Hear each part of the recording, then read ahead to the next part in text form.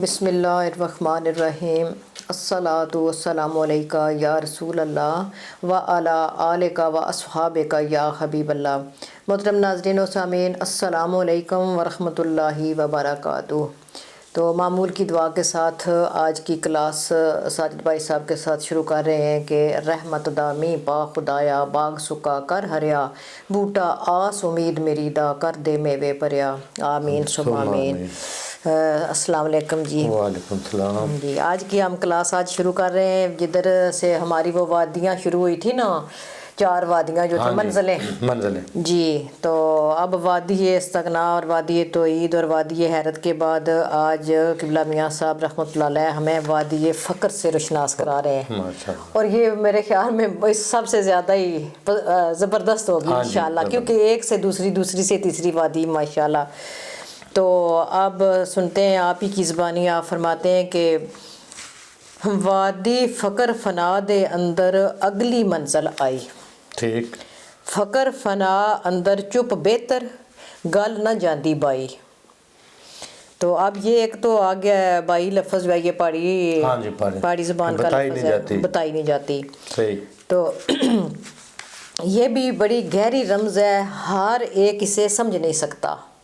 فقر کی منزل جو ہے، یہ فقر کی بات ہر ایک نہیں سمجھ سکتا، مشکل ہے۔ یہ فقر و فنا کی وہ منزل ہے جہاں خاموشی بہتر ہوتی ہے۔ دوسری چیز یہ ہے کہ خاموشی بہتر ہوتی ہے۔ آگے فرماتے ہیں کہ چپ رہنا یعنی تو فرموشی دی منزل ہوئے گنگے ڈورے چلے، جہاں ایک سورج روشن چڑھیا سب تارے چھپ چلے۔ جی، آپ دیکھیں وہی پچھلے شعر میں جو انہوں نے پردہ پوشی والی خاموشی والی، اگلے ہی شعر میں وہی لفظ ہی لکھنا شروع کر دیا جی، کون سی چیز پہ ہم نے چپ کرنا ہے، بالکل ایسے ہی ہے۔ بے شک، فرموشی دی منزل ہوئے گنگے ڈورے چلے، جہاں ایک سورج روشن چڑھیا سب تارے چھپ چلے۔ اس مقام پہ پہنچنے والے نہ زبان سے بتاتے ہیں اور نہ کان سے سنتے ہیں، وہ گنگے بہرے دیوانے ہو جاتے ہیں۔ کتنی پیاری مثال دی آپ نے، جیسے ایک سورج طلوع ہوتا ہے تو سب تارے چھپ جاتے ہیں۔ سبحان اللہ، سبحان۔ سوچیں ذرا اس منزل میں کامیاب ہونے والوں کا کیا بلند مقام ہوگا۔ آپ یہاں سے اندازہ لگا لیں جو انہوں نے مثال دی ہے نا سورج کی، کہ سورج کی روشنی اتنی زیادہ ہے کہ تاروں کی روشنی حالانکہ تارے غائب نہیں ہوتے، نہ کہیں جاتے ہیں، وہ ادھر ہی ہوتے ہیں، لیکن ان کی روشنی، لیکن ان کے سامنے وہ نظر نہیں آ سکتے۔ تو یہی جب اس مقام پہ بندہ پہنچ جاتا ہے پھر ساری چیزیں چھوٹی موٹی سب ختم ہو جاتی ہیں، وہ نظر ہی نہیں آتی۔ جی بے شک، ماشاء اللہ ماشاء اللہ۔ آگے فرماتے ہیں میاں صاحب کہ کانگ چڑھے دریا فقر دے جنبش اندر آوے، کانگ چڑھے دریا فقر دے جنبش اندر آوے، پتھر نقش بریتی بیلا بوٹی ریت چھپاوے۔ سبحان اللہ، ہر چیز کا ذکر کر دیا، ہر چیز کو۔ یہ منزل گویا فقر کے دریا کے سیلاب کی مانند ہے، اور جب دریائے فقر میں طغیانی جوش پہ آتی ہے تو پتھر ریت بیلا گھاس تمام بوٹیوں کے نقش جو ہیں وہ مٹ جاتے ہیں، تو اس کی شکل اور پہلی حالت میں سب کچھ بدل جاتا ہے وہ۔ تو آگے فرماتے ہیں کہ دوئے جہان محمد بخشا موج اس ایک دریاؤں، دوئے جہان محمد بخشا موج اس ایک دریاؤں، جے کوئی ایک گل مننے نہیں تو کسر انہوں سوداؤں۔ سبحان اللہ، سبحان اللہ۔ سودا جو بیماری پاگل پانی، یہ ایک ایسا دریائے فقر ہے جس کی ایک موج دونوں جہانوں کے برابر ہے۔ کتنا بڑا مقام ہے فقر کا، کتنا بڑا مقام ہے۔ اگر کسی کو اس پہ یقین نہیں تو وہ پاگل ہے، وہ دیوانہ ہے۔ پھر فرماتے ہیں کہ اس ندی وچ چبی مارے جے کوئی ہمت کر کے، اب وہ ہمت بندھا رہے ہیں کہ ہمت کرنی پڑے گی چبی مارنے کے لیے۔ اس ندی وچ چبی مارے جے کوئی ہمت کر کے، صدا سکھالا رہسی پائی کی کم باہر تر کے۔ واہ جی واہ، سبحان اللہ سبحان اللہ، کیا نشہ ہے اس کے اندر، اس چبی میں، اس غوطے میں، واہ واہ۔ اگر کوئی محنت و ہمت کر کے کامل یقین سے اس ندی میں غوطہ زنی کرے تو وہ اتنا سخی اور مطمئن ہو جاتا ہے، اسے ایسا نشہ عطا ہوتا ہے کہ اس مستی اور اس کیفیت سے باہر آنے کا اس کا جی نہیں کرتا۔ سبحان اللہ سبحان اللہ۔ آگے فرماتے ہیں اس ندی دی چبی اندر چت ہمیش سکھالا، واہ، یہی تو وہ سکون والی جگہ ہے۔ ਹਾਂ ਇਸ ਨਦੀ ਦੀ ਚੁੱਭੀ ਅੰਦਰ ਚਿੱਤ ਹਮੇਸ਼ ਸੁਖਾਲਾ ਗੁੰਮ ਹੋਵਣ ਬਿਨ ਹੋਰ ਨਾ ਪਾਵੇ ਵਾਂਦੇ ਪੈਣ ਕੁਸ਼ਾਲੇ।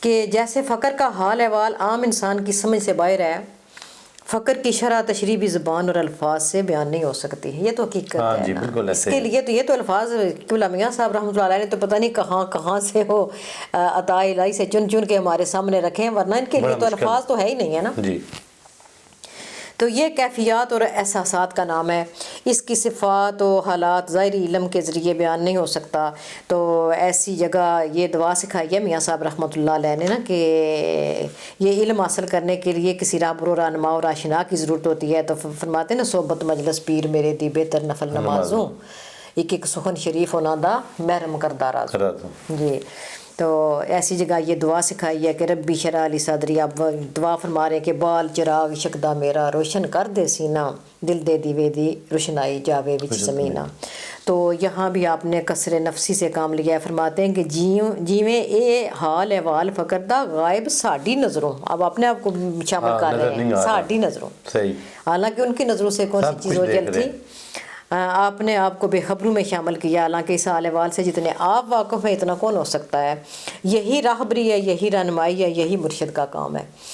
تو آگے پھر آپ رحمۃ اللہ علیہ کو نا ایک سالک کو بڑی محبت اور بڑی شفقت سے حوصلہ افزائی کر کے اس سفر پہ چلا رہے ہیں کہ وہ تھکنے نہیں دیتے، رکنے نہیں دیتے، قربان جائیں ایسے ہم سفر پہ، ایسے ملا پہ، ایسے سپاہ سالار پہ۔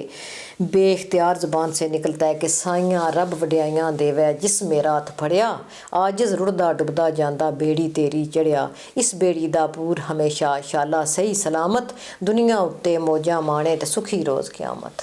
آمین ثم آمین۔ ماشاء اللہ مزہ آیا اس بہت ہی زبردست۔ جزاک اللہ جی۔ السلام علیکم ورحمۃ اللہ وبرکاتہ۔